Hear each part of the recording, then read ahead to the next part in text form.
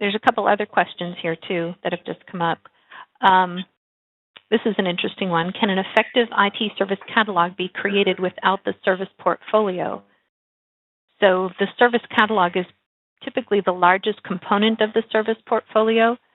And it's true that in some organizations, they don't actually create services when they're just in the pipeline.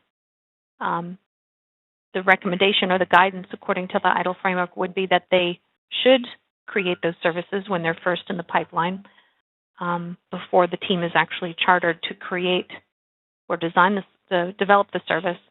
But I guess my short answer for that one would be yes.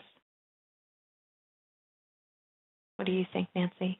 Well, can you ask the question again, please?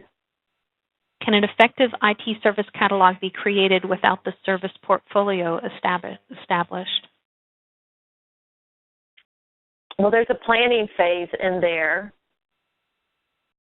that typically would happen in the early stages of service catalog management or portfolio management, where there would be a series of services and the definition of the services that are going to be a part of your service catalog or performed or conducted, right? And then from there, the services that are defined would then be developed. So informally or formally, I think you're still going through the stages of the portfolio management. Right. I mean, and then eventually services will be retired. So eventually the service catalog becomes, more than just the catalog. It becomes the portfolio with the pipeline, the catalog, and the retired services. Right. I hope that answered their question. Do you want me to continue with there's two more questions that have come up. Okay. Sure. Who or what domain normally creates or maintains the IT service catalog? And by domain, the person meant what phase of the service lifecycle. So the service catalog is defined in the design phase of the IDLE framework. It starts in strategy with the overall service portfolio, but the focus of it really is in the design phase. Anything to add there, Nancy? There isn't. I think that's very clear. Okay. And finally, what sort of communications plan do you recommend for the rollout of a service catalog?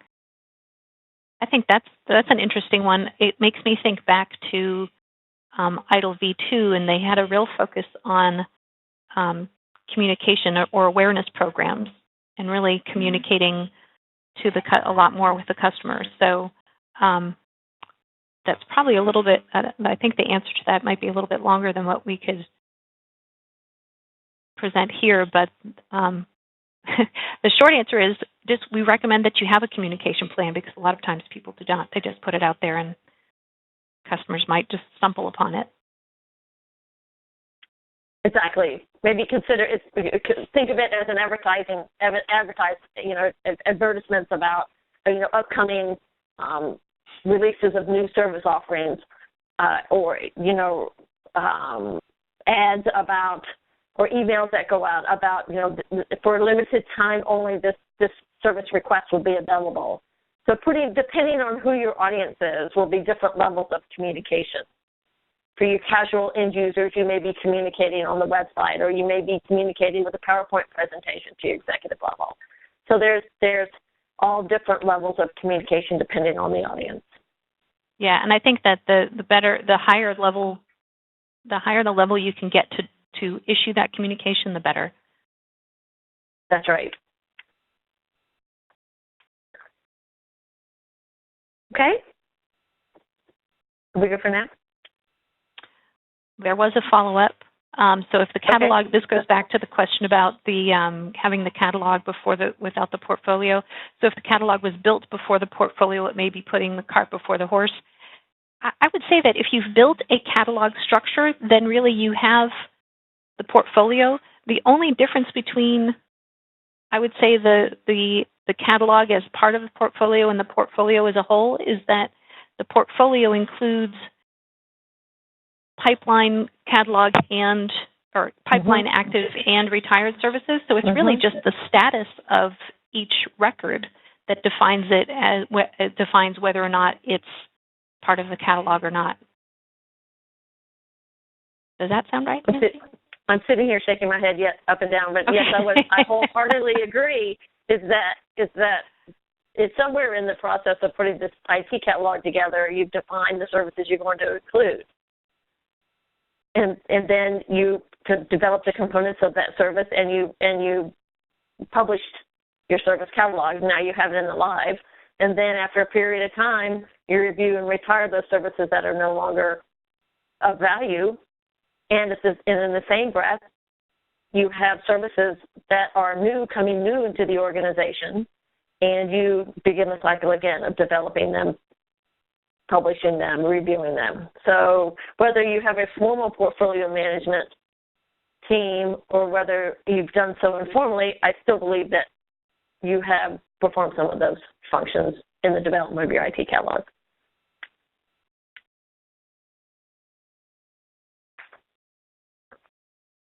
Okay, you ready to move on? That's it for now. Yep.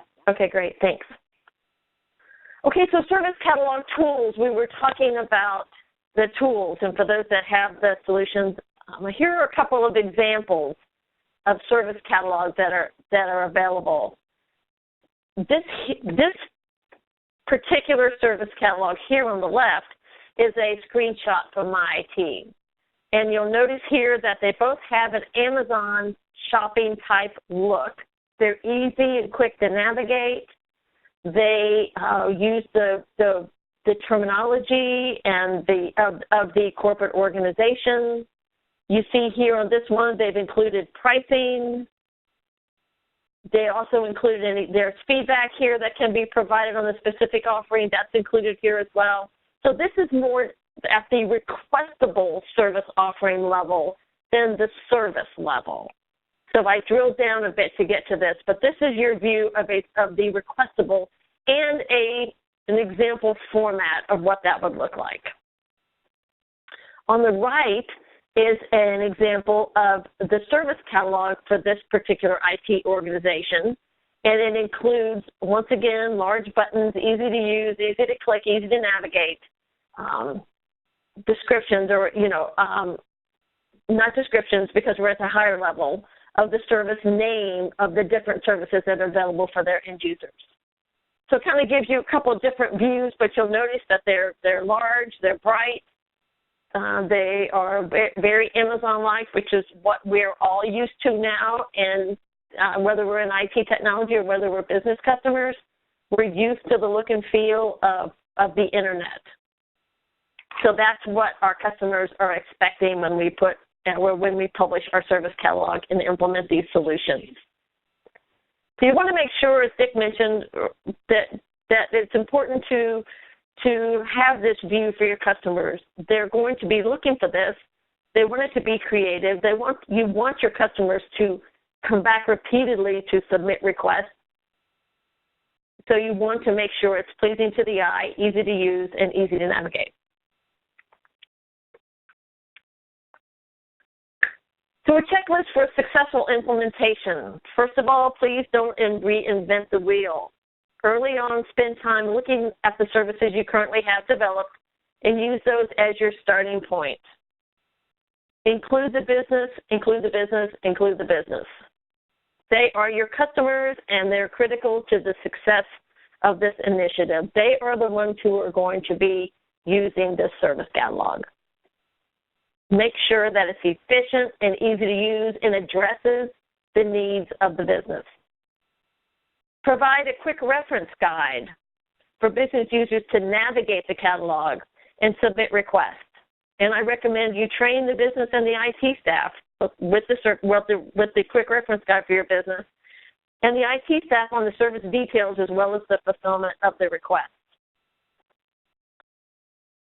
Develop a communication plan. I skipped over that one, but as we spoke about just before this slide, a couple of slides ago, develop a communication plan, all different levels of communication depending on who your audience is. make it known that the service catalog is going to be published, it's published, and put that communication plan into place. Develop a phased approach. It's not necessary to implement every service right out of the gate. Please review the requests coming into the service desk and the types of requests described during the business owner session, and consider configuring those initially. Then expand your services and offerings in the next phase. So there's phased approaches that you can take to get your services out there, get your customers familiar with your service catalog, and begin using those requestable offerings. Branding. Spend time on the branding. The look and feel of your service catalog is critical for customer adoption. As I mentioned, if it isn't easy to use, easy to read, easy to navigate, your customers, they're not going to use it. They won't use it. So it's important that it be pleasing and it be something that they are interested in going to, find it really easy to use, and so they will be repeatedly your cheerleader as you roll out additional services. So implementing a service catalog will increase customer satisfaction. You'll notice I haven't mentioned knowledge in here, but as you know, the service catalog also includes knowledge for self-service. It improves customer satisfaction because this will be a site where a solution where your customers can go to submit requests. They can go to look up information regarding an issue or something that they have an interest in. It will increase efficiencies. It will reduce these types of requests that are coming into the service desk. So provide your service desk agents an opportunity to spend time on more critical issues. So it will provide invaluable data for your business decision-making as far as the types of services that are being requested. There may be automation that can be put into place for, based on the data that's coming in about these requests to automate. Improving efficiencies for our business customers is our number one priority, right? That the IT organization is there to support the business and make it really easy and functional for them to do the jobs, keep the doors open and the lights on. So you can have your cake. This is one of Dick's sayings. You absolutely can have your cake. Quick wins, as mentioned before. Don't try to implement all the service catalog items at once. Please utilize a phased approach. Implement customer satisfaction by user adoption, whether it's emails that go out about the upcoming service catalog that will be available at this URL.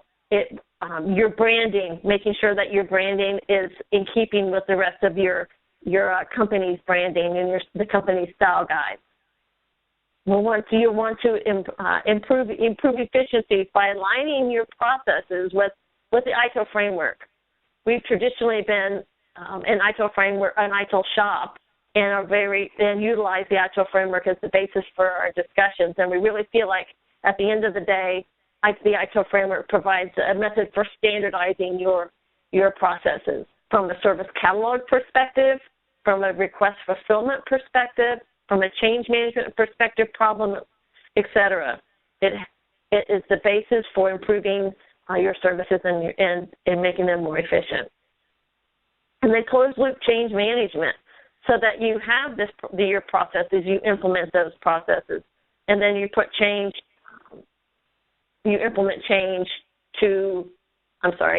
utilize the change management to implement any improvements that you have in your processes and services.